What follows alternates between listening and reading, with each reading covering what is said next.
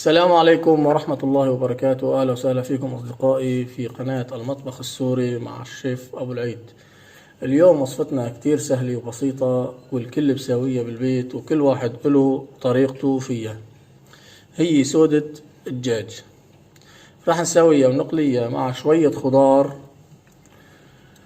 بحيث تروح منها ريحة الزنخة وتطلع معنا طعمتها طيبة. منروح على المقادير. عندي هون 1 كيلو سودة دجاج، خيسلن مليح بالمي ونقعتن بالمي وحطيت لهم ربع كوب خل وعصرة ليموني، يعني خل ابيض او خل التفاح او اي نوع متوفر عندكم بصير. ولا حد يتأذى من طعمة الخل اصدقائي، ما راح تظهر ابدا طعمة الخل، هو الوحيد اللي راح يقضي على الزنخة. واي شي فيه زنخة حطوا له معلقة خل وشوفوا النتيجة شلون بتصير معكم. انا حطيت له خل وعصرة ليموني ونقعتهم شوي بالمي وشوفوا كيف صار لون معي، لون السودا معي لونها شقرة ومنظره بشهي وما عاد فيها الزنخة ابدا. اذا عندي 1 كيلو سودا، واكثر شي بينقبل مع السودا هو البصل، قد ما كترتوا بصل احسن. هلا حاططون انا بحدود 3 رؤوس بصل قياس وسط،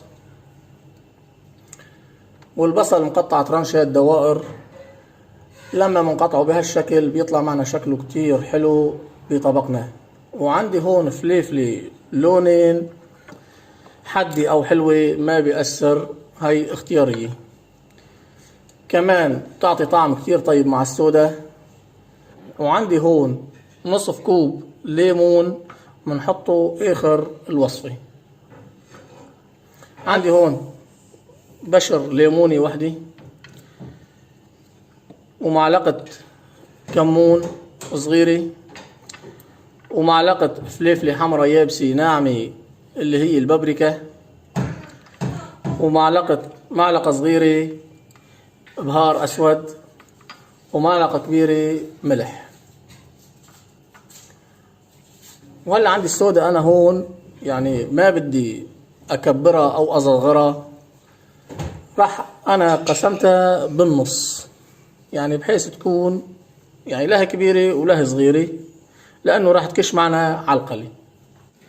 هلا بنحط المقلاية على النار وبنحط لها شوية زيت، ولو كترنا شوي ما بيأثر لأنه بدنا نقلي كل الخضرة فيه. هلا رح نسقط البصل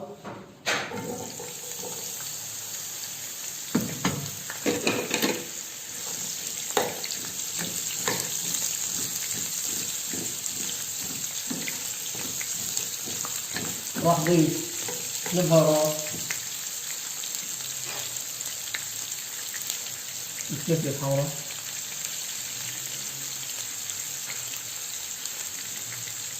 البهار، الكمون،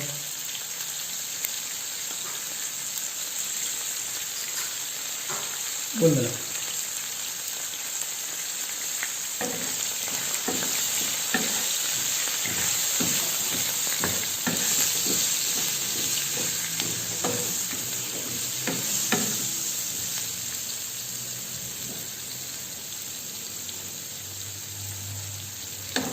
وبعد ما يدبلوا البصلات معنا بنضيف الفلفله وبرش الليمون.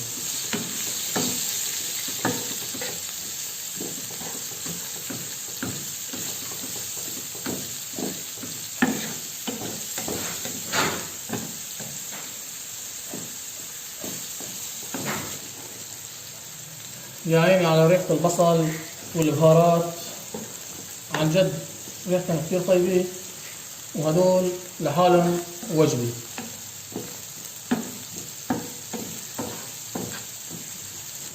هلا بعد ما دبلوا معي البصلات راح ضيف الفليفلة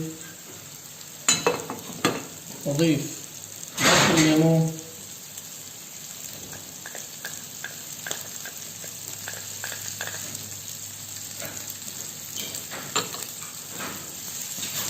طبعا الفليفله انا ما بدي اياها تدبل كتير، لانه هي بالاساس تتاكل نيه، يعني بدي اياها تضل فريش.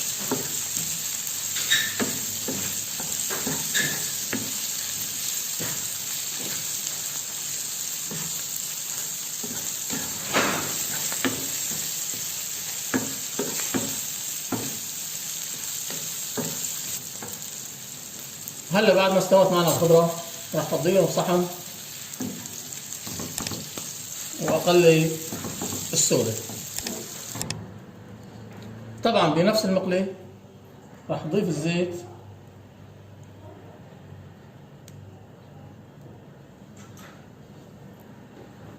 واستنى لبين ما يحمى الزيت وسقط السودة. هلا راح سقط السودة وعيفها على نار عالية،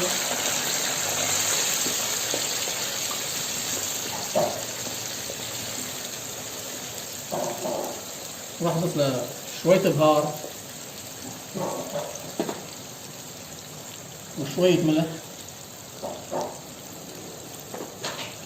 واقلبهم شوي.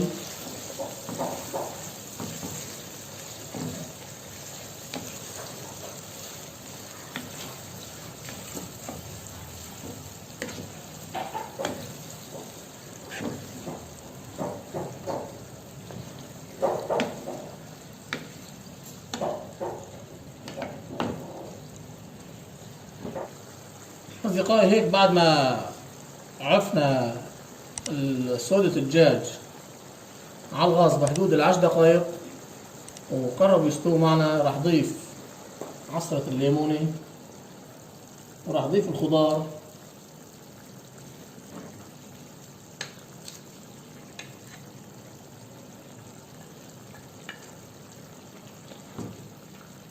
وحركن شوي. حاول ما احرك فيها كتير مشان ما تفرط معنا السودة، احركهم بس مشان الخضرة تتوزع على كامل الطبق.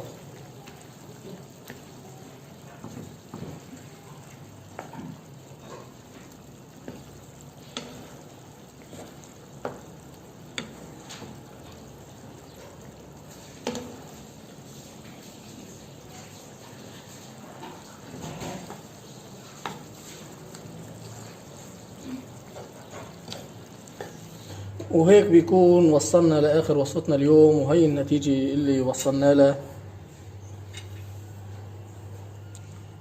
طبعا ضلت حبتها كبيرة وما فرطت معنا.